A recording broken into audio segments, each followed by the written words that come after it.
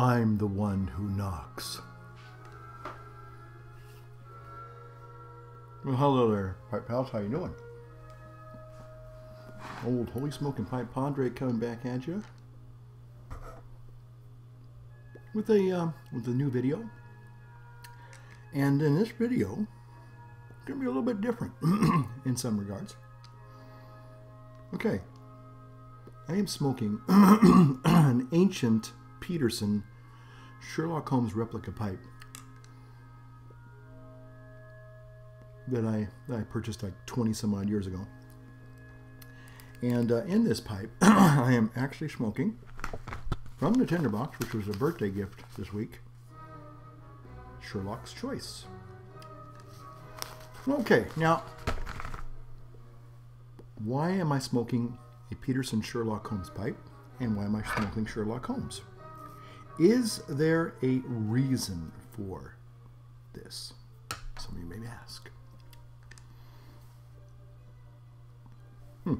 Also, my pipe holder. Oops. Okay. Now, you probably think we're going to have maybe a Sherlock Holmes Film Festival coming up. Not quite. But I will tell you that this has to do with one of our new YouTube presenters, and he was going by a different name recently, and now he's changed his name to, reduce this here, he changed his name to Public Piper, and it has a little bit to do with his love of the pipe hobby here. One second. His name is, I think his first name is David. David, if you're watching, thank you. And anyway, he's done some really good reviews on pipe tobaccos. I just found his reviews to be honest, in a word, refreshing. It kind of helps that he kind of has the same taste that I do. He has kind of gone through very similar experiences in his tobacco odyssey, and but I found his reviews really interesting. I think he's a really good presenter. He has a really good smooth style. He speaks very well. He makes some really good points about the tobaccos that he likes and even the ones that he doesn't like. So he's got a lot of substance to his opinions, I think. And he also, I think in some ways he's kind of championing, public smoking, public pipe smoking, which is kind of an interesting take on the whole hobby. And so he has asked me if I would be willing to answer questions about pipe smoking. I feel honored that he would ask me, so this is my video to do just that, okay? So here I have my Peterson Sherlock Holmes pipe with some Tenderbox Sherlock Holmes Choice, and I'm going to answer his questions. Now, it is interesting, in one of his tobacco reviews, he did review Sherlock's Choice. Now, I don't know if he was doing I know there's a 10 of Sherlock's Choice. This is the Tenderbox Sherlock's Choice. Briar Patch has a Sherlock's Choice. I don't know if they're all the same mixture. So I have tried the Tenderbox Sherlock's Choice many times. Not recently, but this is my birthday week, and a dear friend yesterday gifted me a little 2-ounce pouch of Sherlock's Choice. And it's the first time I smoked a pipe probably in about the last 10 days because I've been sick with a really bad head cold. But I am having to say that the Sherlock's Choice from the Tenderbox is pretty much the way I remember it, and it is quite flavorful. It's a good English. Hint of sweetness. And one of the things that David brings up in his reviews, which is something that I don't think maybe I've ever articulated quite the same way, but he talks about a complexity of the tobaccos, which is I call it, what I call it is more, instead of complexity, I call it harmonic or tobacco overtones. But it's kind of the same principle, I think. So again, but he has an interesting way of phrasing things. So if you get a chance to check out his reviews, do so. Anyway, the reason why I'm here to answer his questions, as I commented on his videos, told him I enjoyed his take on things. And he came back at me a couple of days later and says, would I be willing to do is kind of a tandem video where we talk about these questions together. So I think that if I understood his original question, the original intent of his question, I'm going to try to do that. Right now I'm really kind of busy with a huge catechetical project, but I thought I'd take time out for some personal time just to do this. So today is Wednesday the 19th. So anyway, yeah, that's actually, you know, I don't know if David was trying the Tenderbox version. I think he had a 10. There's a 10 called Sherlock's Choice, I believe. And I don't know if they're the same because I'm actually enjoying this. I will say that. It's very, very flavorful.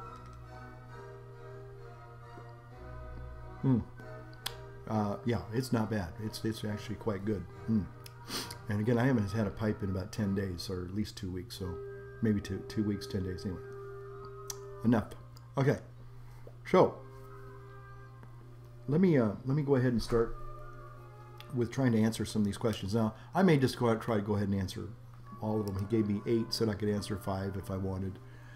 But okay, says the best or the worst comment you have received from a stranger while smoking in public in a public venue. Well, David, I've only smoked maybe recently here. I live in California. I don't know where you live, but I do know that I guess public smoking outdoors is, I don't know if it's illegal, but it's pretty darn near close to being illegal. You know, we have a beautiful park system here, but I was told we have a couple retired police officers, and I said, is it illegal now to smoke in public parks? And they said, yeah, the state of California, or at least city ordinances in where I live, it's actually illegal to smoke out in the public park. Now, if I was, you know, walking across the park, you know, at 8 o'clock at night with a pipe burning, would I incur, would I be in jeopardy of being pulled over by the local PD and fined or hauled away to jail? I don't think so. But I don't want to test it either. So the last time I did smoke in quote unquote public was a park up in Auburn. And I think people are so sensitive now to any quote unquote tobacco smoke and secondhand smoke that it just really, it's just not worth the hassle. So smoking in public, you know, is just something I just don't normally do.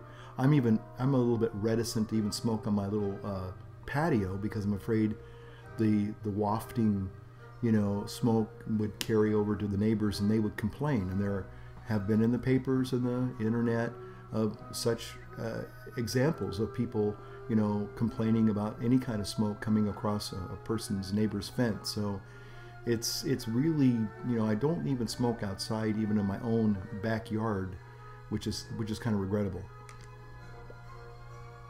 The last time I did have an outdoor smoke was with with Theo Bacchus, you know, the one and only Eric Austin Lee, which was quite enjoyable. And I guess I'll go ahead and answer this one. This is kind of like the tail end question. You know, do you prefer smoking alone, or would you enjoy smoking with other pipe smokers? Well, it's always, I think, it's always enjoyable. So you know, to enjoy the solitude of a pipe. But it's certainly as enjoyable, if not more enjoyable, to be in the presence of other pipe smokers and such. So, again, the last time I smoked outdoors was with a good friend, and we enjoyed a pipe together. So, yeah, it was a very enjoyable experience. Okay, the second question, I kind of answered the first and last question together. If you were shipwrecked on an island and had only one tobacco for the rest of your life, God forbid, what would it be and why? Aha, now I thought about this one. Now, you made it clear, David, that I can only have, one tobacco. Fair enough. But you didn't quite, you left it open, believe it or not. Some people are going, man, that's a hard choice. How could you do that? Well, I don't think it's a hard choice if you really think about it. And good old Jay, Dig Sex, that's how I pronounce it. I know some people are like, that's not Dig Sex. But anyway, good old Jay, that crazy guy from the old Michigander up there. I thought about him because I thought, wait a minute. If I could only take one tobacco, I can take one. He didn't say how much. But what I would do to increase my variety, because see what this question is kind of getting to, and he says the why is the meaty part of the question. Why would you take what you're going to take? Okay, so what would I take and why? Well, what I would take would be, are you sitting down? I would take I probably would either take some burley tobacco seeds. You know where I'm going for this. And I would plant my own. It says a desert island, shipwrecked island. Okay, so it'd be probably a more of a tropical. We're just going to assume tropical climate. So I'd probably be it would be very easy, perhaps, to grow tobacco leaves. And what would happen as a result of that, I would have, a tobacco crop, which then I could prepare, cure, and top or case any way I want to. Okay. Now again, I would still have limitations, but at least it would give me theoretically an inexhaustible source of future tobacco, i.e., I can grow next year's crop from the seeds of the last year, and so on and so forth. And then I'd have I would have the ability to experiment with different ways of curing the tobacco, different ways of, casing the tobacco, flavoring the tobacco. So that way, I wouldn't be stuck with just a simple tobacco. I'd have something I could actually enhance, and I could have some variety as a result of that. So, hope that was a satisfactory answer. Again, it says one pipe and one pipe only. Well,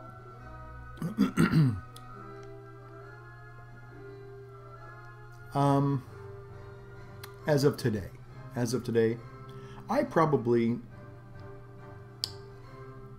would probably go ahead and take this good old Peterson. The reason why is, well, several. One, it's a rugged pipe. It has been a beloved pipe of mine for a long, long, long time. It is a quality pipe. I love the shape of this pipe. It has a lot of nostalgia for me. And it also has a nice, deep bowl. It has good walls. It's got good bones. It's just a very good pipe. And I know that some of you who have followed my videos might be kind of aghast to think I wouldn't take a Dunhill with me. And it's not that I was negating the Dunhills or denying them their rightful place. It's just that if there was a fire or there was something, and this would probably be the pipe I would just take because it has a lot of history for me. And it's a quality pipe, and it's a pipe that gives me a long smoke. So that's what I would choose. My old Peterson Sherlock Holmes. And what chair would you take to smoke in? if I could get a brand new Lazy Boy, I would love to get one of those for reading, watching TV, and pipe smoking. But I don't have a Lazy Boy. I did once had a Lazy Boy once, and I loved it. But I don't have one now. But that would be the chair I would choose. Okay, this one here is a very interesting one. It's kind of a liturgical question. He says, and you're going to laugh at this one. He says, but do you think God would smoke a pipe? And he actually apologized. He said, I hope I'm not being sacrilegious or anything. And you're not. Believe it or not, I think that there is,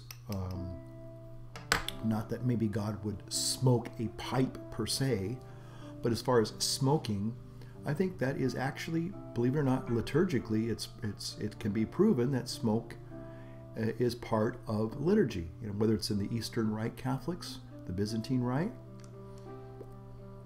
the Roman Rite, whether it's the extraordinary form of the Mass in Latin, the Tridentine Rite, uses lots of incense. Even the modern Novus Ordo Mass still incorporates from time to time the use of incense. So incense is a way that we enter into the Holy of Holies. The cloud of smoke recalls God's presence to the Israelites in the wilderness as they traveled. You know, that was his sign that he was abiding and traveling with the Israelites. So, and the temple was filled with the smoke of the burnt offering. So I think absolutely smoke has a lot to do with the spiritual life. So there you go.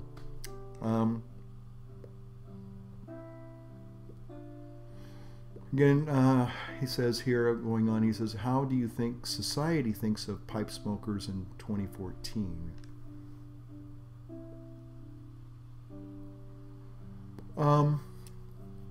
Well,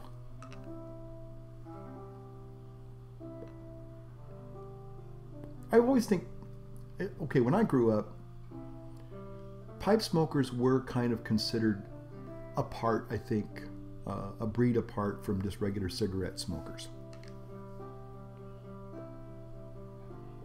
And there's always been a mystique about pipe smokers being more philosophical, more refined, more gentlemanly.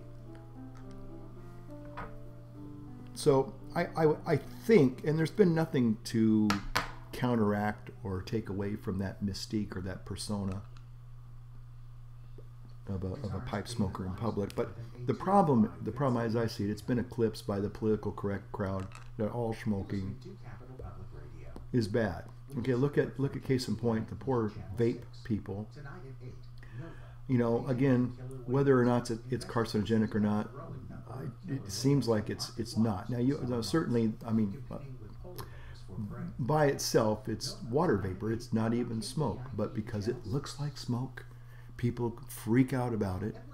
And so they wage this big war. They kind of stomp down hard on it so it can't really go anywhere. So there's a lot of intolerance, I have to say, in regards to smoking. And again, I'm not here to advocate smoking. Smoking can be very injurious to your health. But I think for pipe smokers, most of us, again, are not people that are just, you know, sucking on our pipes 24/7. And it's not like cigarette smoking where you truly are addicted. Again, I've talked about the difference between addiction and enjoyment. And again, if you're smoking because you have an urge that you have to itch, that's an addiction. But if you're smoking because you choose at your own time and place to light up a pipe, that's different, you know. So are you driven by an addiction, or do you just like to smoke a pipe? If it's the latter, that's not a problem. But unfortunately, everybody sees anybody that smokes as being addicted to the evil weed, or the blessed weed, as I like to call it. And so, you know, people just are, you know, they have vilified smoking to include everything, you know, pipes, cigars, cigarettes, e-cigarettes, e-cigars, whatever, e-pipes. So unfortunately, to answer the question, what do I think is the impression of pipe smoking in the year 2014? I think, at least in my own personal experience, it's just not it's not reviewed as anything positive. Although I don't hide the fact that I smoke a pipe, I don't smoke publicly because I think most people, not for religious reasons, but for politically correct reasons, which seems to be even more strident than even religious objections, or could be. It's just something it's verboten. So unfortunately, because of that, that attitude, that mindset has eclipsed some maybe more innocuous views of pipe smoking. It's kind of like, don't even try it. Don't even go there, as they would say. Okay, well, I think I have answered the questions. So if you got something out of that, great. Like and subscribe, and also check out my new friend, it's just Public Piper, 2 words. I'll put it up there in my little magic of my Mac here, Public Piper. And go check out David and check out his reviews, check out his channel. I think you won't be disappointed. Again, Holy Smoking Pipe Padre saying, light up your world, light up your pipe. Thanks for watching. Bye-bye. Okay, now how do I get out of this thing? How do I get out of this thing?